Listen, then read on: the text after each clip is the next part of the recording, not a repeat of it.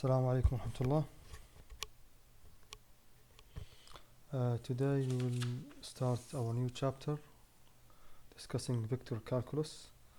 So we start with the most elementary function, which goes to R to R, which is a scalar function. So the domain is R and the codomain is R as well. And this function maps x to f of x. Okay. So in this chapter we will discuss deeply the derivative. So as you recall from the elementary calculus courses, you have the first derivative taking this form, and the second derivative you have this square here and in the denominator, and the nth order derivative you replace the square by the nth order derivative as you see here. Okay. Again, we would like to review some basic concepts and rules from your elementary calculus course. So as you know, here we can also represent the derivative by a prime here. So it's a very simple and easy notation. Now, as you know, the derivative is a linear operator, so it can be, or it is usually distributed among addition and subtraction. So if you have two functions and you want to derive them, you simply derive each function independently and then add them together. As for the product of two functions, we have the product rule here. Okay. If you have a product of two different functions and you want to take the derivative, so the rule states that you take the derivative of the first one by the second one, and then the plus the first one times the derivative of the second one. As the quotient rule, actually it is a special case from the product rule. You can let's say here you can say that we have this form. Actually, let's define a new function. Let's call it h of x, right? So h of x equals 1 over g of x, and when you apply the product rule, you will get the same equation as 3.4. Okay. An important rule that we will be using repeatedly in this chapter is the chain rule. The chain rule is the rule discussing how to derive a composition of functions.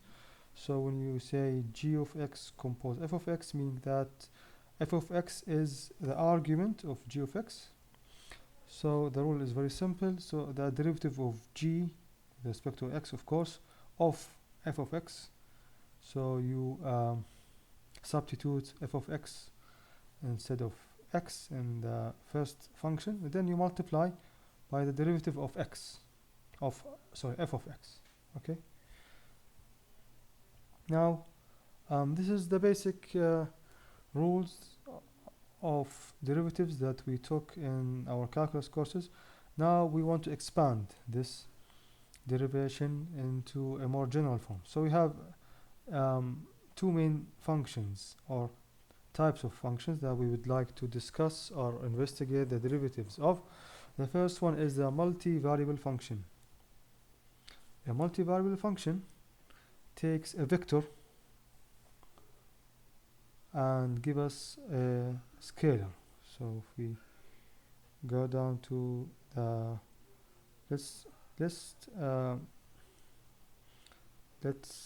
so here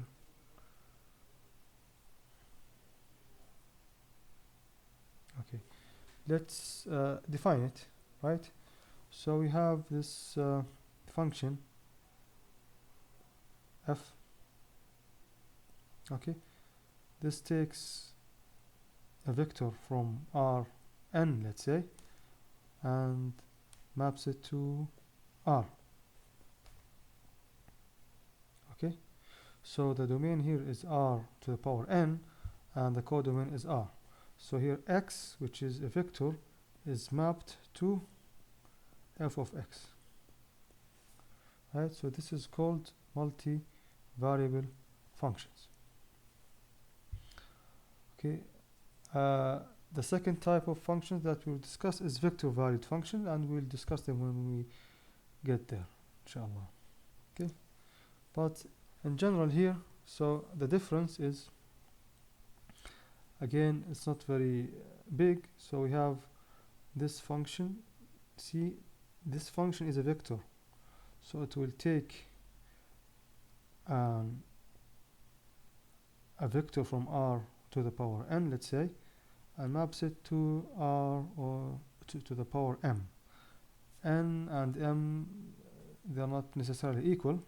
Okay, and here the vector x is mapped to another vector,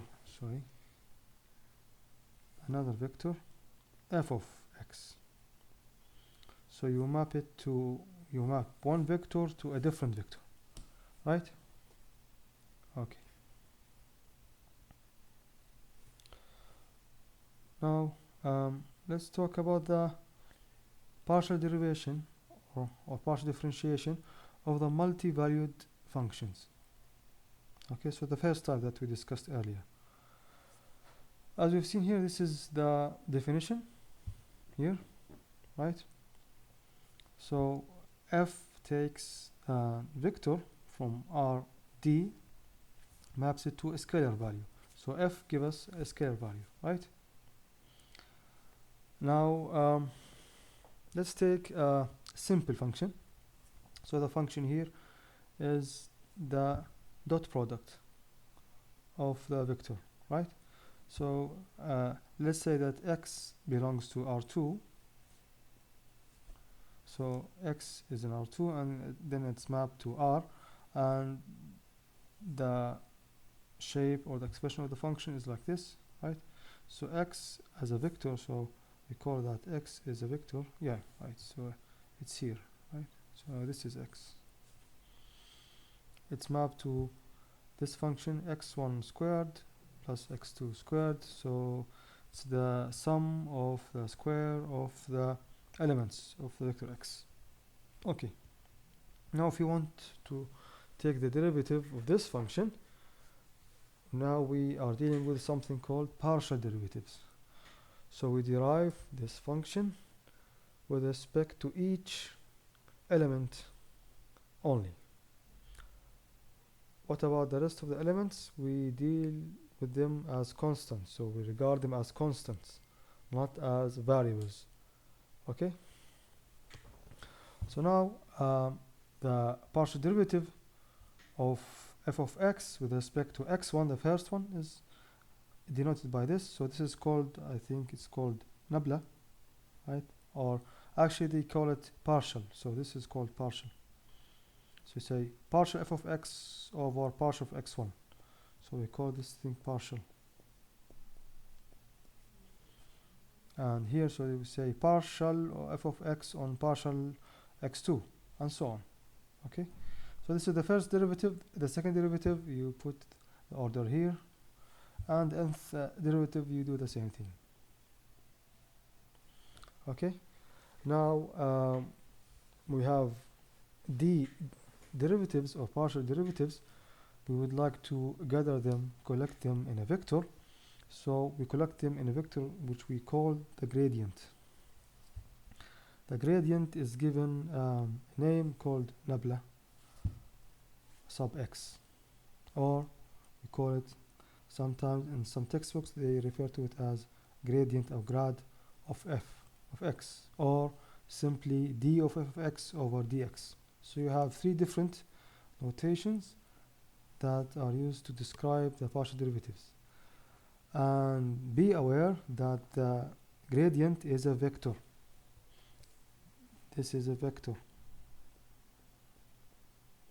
Okay? This is the first note. The second important note is that this vector is a raw vector, right? So the textbook that we follows this convention, that the gradient, the partial derivatives, the first order partial derivatives are collected in the gradient vector, which is a row vector. So it's 1 here, 1 times d vector. So you should take note of this. So let's take an example, right? So we have this the same function as before, the dot product function, and we would like to find its gradient. Okay, so the first thing to do is we derive it, take the derivative with respect to x1. Okay, so here's x1. What about x2? x2 here is a constant. Okay, so when we derive x1 squared with respect to x1, we get 2x1. And what is the derivative of a constant? It's 0. So this is plus 0. Now the same thing we do with respect to taking the derivative in the case of x2.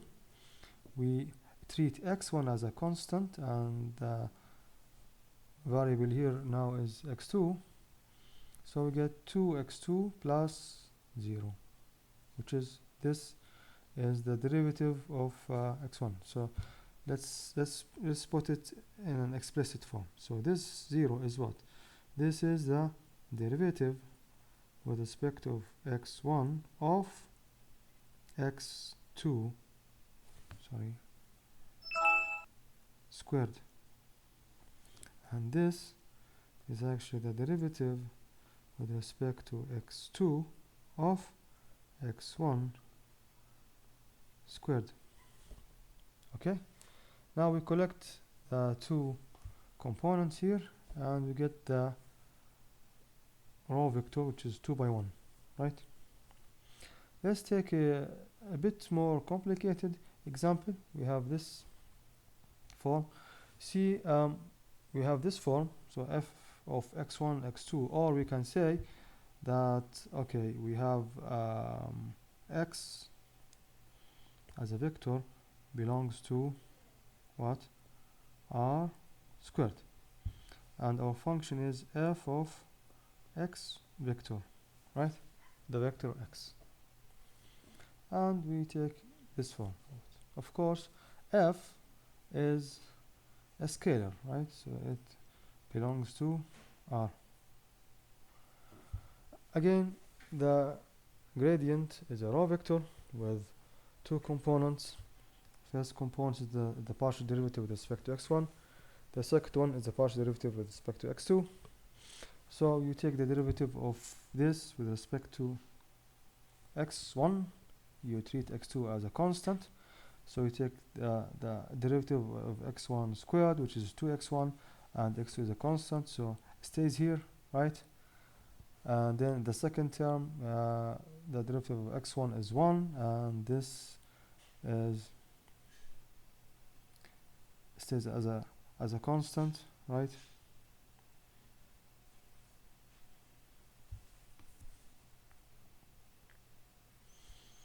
Then you take the derivative. So I think here we have a typo here.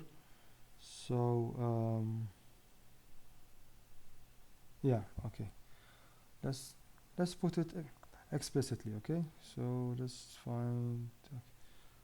Let's write it on a new page, right? So let's take more from templates. Let's take this. Yeah. Okay. Okay. So let's write it down here.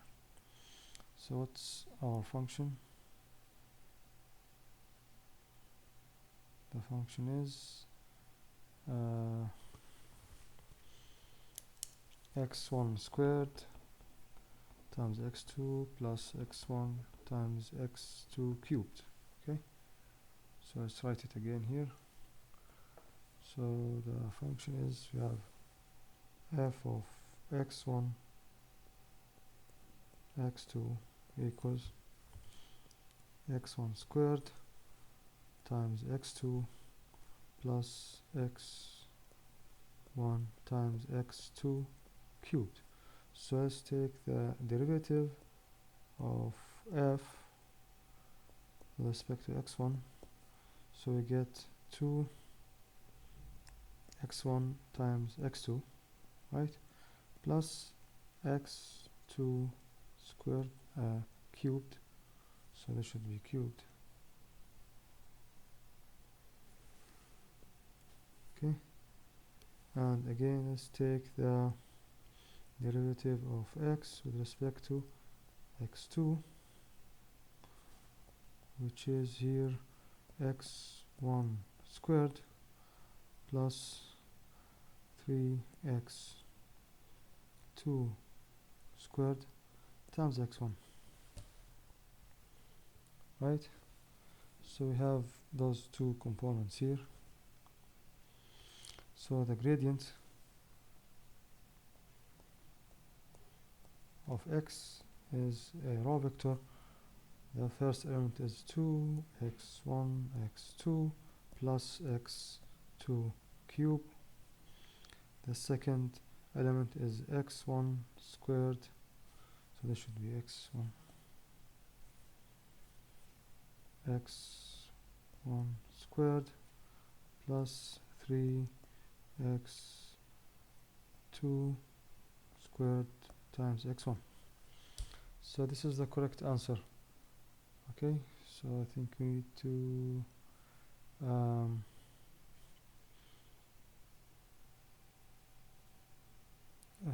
need to correct this, right? So this would be corrected, right?